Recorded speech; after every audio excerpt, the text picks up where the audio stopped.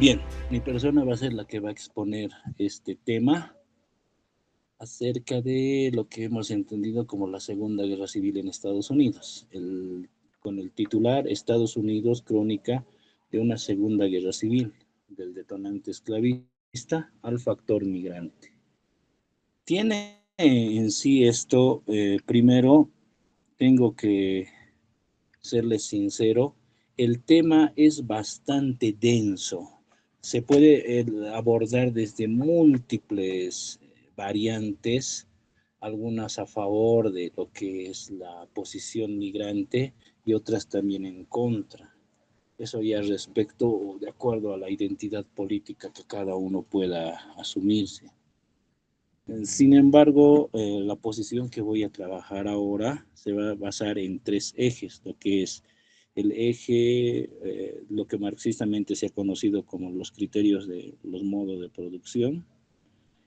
El otro eje va a ser el contexto geopolítico actual. Y por último, esta cuestión de la identidad, que recordemos en alguno de los anteriores conversatorios había, si no me equivoco, algunos compañeros que están estudiando ahora en la carrera de filosofía, pero tienen ya una previa formación en psicología, indicaban y relativizaban ese papel estratégico que tiene la identidad y para nuestro caso en lo que son las cuestiones políticas y de formación y de constitución y puesta en marcha de un Estado como tal. Entonces, todo eso se va a tratar de trabajar sobre este tema específico. Pasaría un poco al contexto histórico y esto ya tiene que ver con el primer punto acerca de los modos de producción, rompiendo esa linealidad que muchos ortodoxos marxistas tienen, ¿no? De que al esclavismo le sigue el feudalismo y luego a este el capitalismo. Pero nunca en esta ecuación esquemática ortodoxa eh, entiende o ven la posibilidad de un modo de producción desde las colonias. ¿Cómo es que eso se entiende? Algunos lo llaman semifeudal o le dan, tratan de aproximarlo a ese modelo esquemático y sin embargo hay una novedad que es el elemento de la colonización. Entonces, a partir de ello, la formación de lo que es la actual constitución de Estados Unidos tiene que ver con este fenómeno de la esclavitud. Acordémonos que a la llegada de los primeros colonizadores a tierras del norte americanas,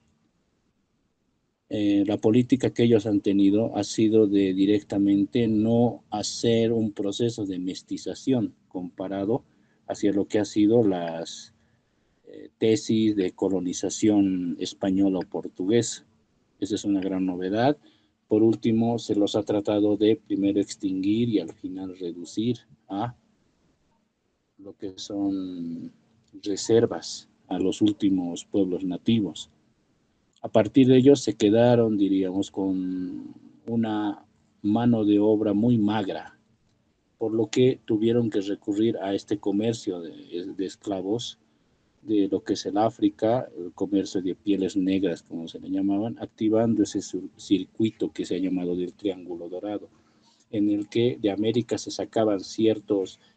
mercancías que iban a Inglaterra y de Inglaterra luego los barcos bajaban hacia lo que es tierras africanas, compraban los esclavos, los llevaban a los países del norte para lo que es ahora la geografía norteamericana, se los vendía y luego continuaban con ese circuito. Era un principio comercial. ¿Cómo es que luego ha ido evolucionando esta idea de que primero han sido las 13 colonias de la mano de lo que ha sido el imperio británico, a luego cómo es que se han producido los primeros atisbos de ánimos de independencia y de constitución de un nuevo país en tierras norteamericanas, los Estados Unidos como tal y las 13 colonias? Y que luego de ello, cómo es que el detonante para que se active lo que podríamos ahora denominar a entradas a la posibilidad de una segunda guerra civil, lo que es Entonces, un primer detonante de la Primera Guerra Civil, históricamente catalogada por la abolición de la esclavitud como tal, que ha enfrentado a lo que son los estados de la Unión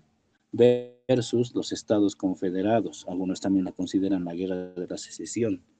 Como tal, este indicio ya denota un principio de nuevo. ¿Hacia qué modo de producción se estaban relacionando? Se dice que los estados confederados eran más tradicionalistas, si bien compartían los mismos rasgos protestantes con lo que eran los estados de la Unión, había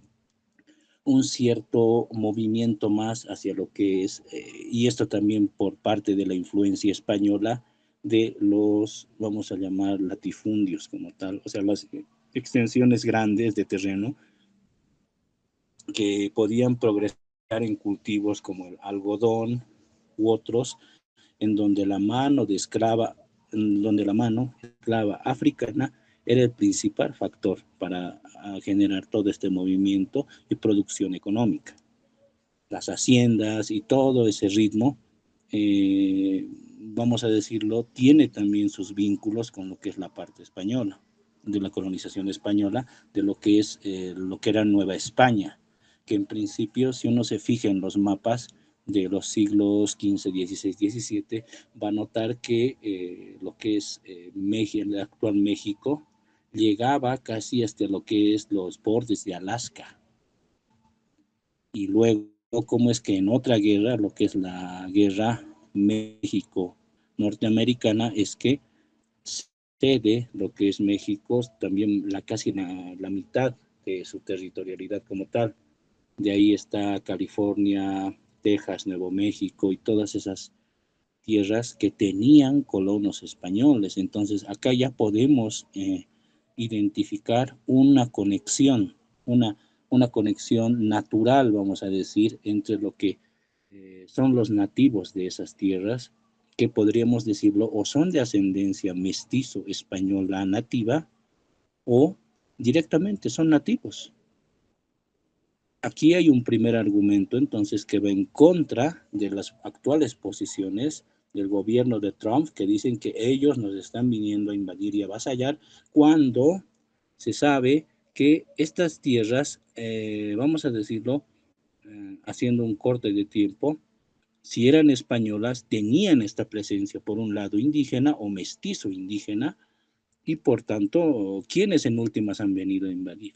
Se deja eso, pero como un punto importante para lo que son las posiciones de Trump y demás gente que ahora trata de promocionar esto de lo antilatino, diríamos, y ese factor blanco. Para ir avanzando, podríamos decir entonces que el contexto histórico se da del siguiente modo. Tenemos un contexto en el que el imperio colonial español está en plena decadencia, y lo que es la figura del imperio colonial inglés en plena ascendencia, pero que tiene un golpe duro, pues va a sufrir una derrota que históricamente, dentro de lo que es los anales de del colonialismo inglés, marca un hito, porque antes de eso, dice, era difícil que los casacas rojas, que le llamaban el ejército británico, hubiera sido derrotado por una colonia, por colonos, por milicia, en este caso norteamericana, que luego va a constituir lo que es el estado de las 13 colonias, el actual Estados Unidos. Pese a este revés, luego, en la formación de Estados Unidos ya se nota que hay esta primera ganancia como independencia, y luego cómo es que se va a abrir hacia lo que es la posibilidad de aperturar hacia los migrantes, pero estos migrantes suplen lo que era ese tráfico de esclavos, ese tráfico africano, y eso también implica ya un cambio radical, y podríamos decir, desde la vista de los esquemas marxistas, un cambio del modo de producción, ya en todo lo que es ese estado constituido como los Estados Unidos, que sería pasar del modo de producción que algunos lo llaman colonial esclavista, hacia lo que es ya el modo de producción como tal, capitalista, en el que, como ya no se podía comprar directamente lo que es los esclavos, lo que se hacía es contratarlos. Como había una falta de mano de obra, lo que se ha hecho es aperturar las fronteras, sobre todo hacia lo que es las migraciones europeas. De ahí se sabe que hay migraciones de alemanes, franceses, italianos, incluso hay rusos, escandinavos y de distintas partes, pero cuya, vamos a decir, macroidentidad viene a estar dada por lo europeo. Ahora, no son las únicas migraciones que se dan en estos tiempos, sino también está, y si alguno de ustedes hace la investigación en estas crónicas de los westerns, cuando se van a conquistar y expandir lo que es la frontera hacia lo que es el Océano Pacífico, se dice que muchos de los vaqueros verdaderos son de ascendencia negra.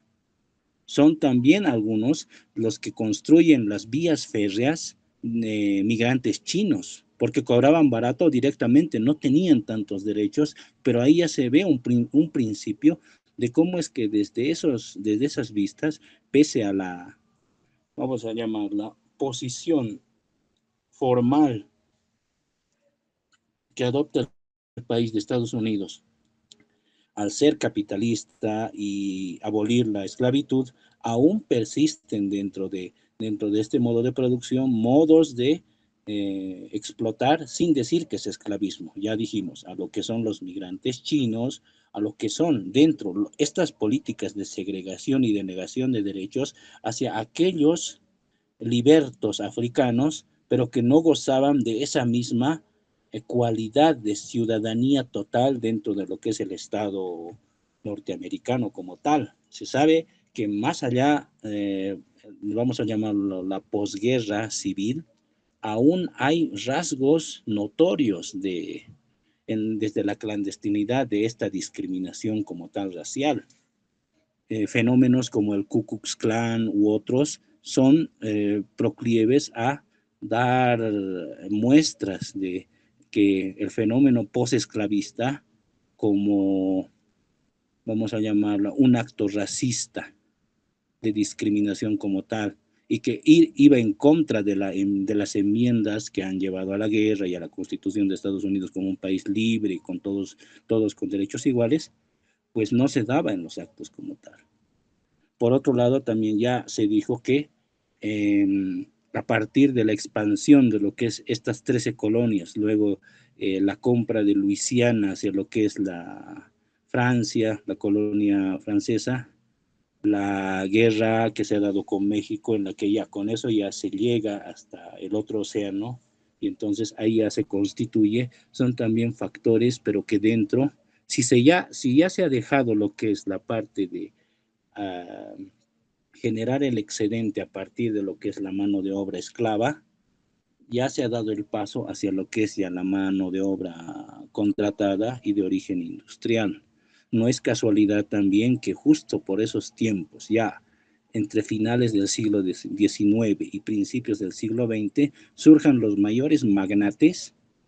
produciendo industrias que van a ir a competir y por último ganar lo que es la posición y producción a nivel mundial. Hablamos de industrias siderúrgicas, ferroviaria, petróleo y también lo que es la producción del automóvil con Ford y demás. Todos estos auges, todos estos emporios empresariales de alguna manera van a acelerar lo que es el desarrollo de un modo de producción de corte y con buen músculo eh, industrial que en últimas se van a jugar en guerra, en las dos guerras, la Primera y la Segunda Guerra Mundial, la hegemonía. Se van a disputar y van a salir como ganadores, o uno de los grandes ganadores, que algunos lo llaman ya una de las dos superpotencias que ha salido ganadoras de la Segunda Guerra Mundial a Estados Unidos y la otra que sería la Unión Soviética. El punto entonces viene para este momento a generar una pregunta que viene así: si es Estados Unidos un país que se